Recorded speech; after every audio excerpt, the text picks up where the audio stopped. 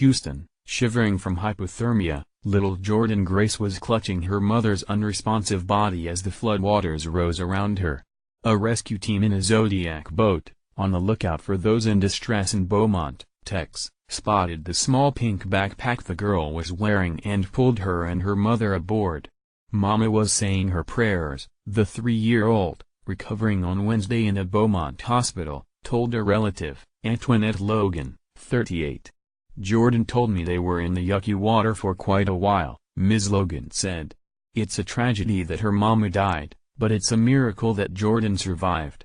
With the death toll from Hurricane Harvey climbing to 38, those who survived the storm are just now learning the names of those who did not and the terrible ways in which they died.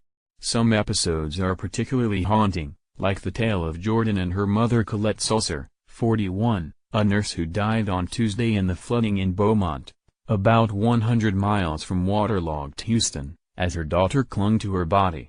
Most of the victims identified so far also drowned. Agnes Stanley, 89, who was found floating in 4 feet of water inside her Houston home, where she lived alone. Alexander Sung, 64, a clockmaker in South Houston, who died in his beloved store after trying to rescue merchandise. Joshua Feuerstein, 33, who the police said drove around a barricade, a fatal mistake. Sergeant Steve Perez, 60, a veteran police officer in Houston, drove into a flooded underpass on his way to the station. Then there were the deaths of Manuel Saldivar, 84, and Belia Saldivar, 81, and their 4 great-grandchildren, Daisy, 6, Xavier, 8, Dominic, 14, and Devi, 16, who were found in a partly submerged van in Greens Bayou. The couple's son, Sammy Saldivar, was driving the van and managed to escape through a window, watching helplessly as it disappeared under the water. The authorities were first alerted to the van around 10 a.m. on Sunday when they heard the screams of Mr. Saldivar, who was clinging to a tree after climbing through the partly open driver's side window. Harvey killed in other ways too. In Montgomery County, Lisa Jones, 60, had just lain down for a nap in her bedroom when a tree fell through the roof, crushing her. Her husband was in the living room, helpless to reach her through the debris until firefighters arrived. In a region where it is difficult to find a person without a harrowing story to tell, the story of Jordan, the 3-year-old who saw her mother die, moved all who heard it. But it hit hardest within the large Beaumont family of nurses, pastors and military veterans who are relatives of Miss Sulcer and her daughter and who live not far from them. Ms. Sulcer, a surgical nurse, and her only daughter had tried to escape the flooding Tuesday in their car, taking a service road of Interstate 10. But the water caught up with them. Relatives described Ms. Sulcer as a dedicated nurse who entered the profession after the death years ago of her mother, who was also a nurse. We're a service family that takes pride in giving back to our community, said Ms. Logan, also a nurse. Ms. Logan said she and others in the family often referred to Miss Sulcer by a nickname, Nan Nan, adding that she enjoyed caring for her daughter, traveling, watching cooking shows and listening to music. Miss Sulcer had recently driven to Houston to attend a concert of the British singer Ed Sheeran, and had kept in touch with relatives and friends through social media, texting and by phone.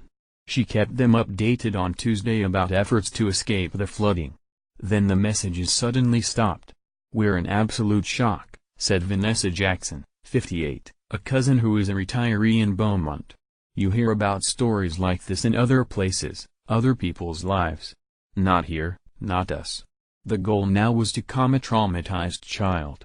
We just need to be focused now on little Jordan, who experienced something none of us should," Ms. Jackson said. Another cousin, Sylvia Allison, 24, described Jordan as the only girl in our family of all boys, our little tomboy at its finest.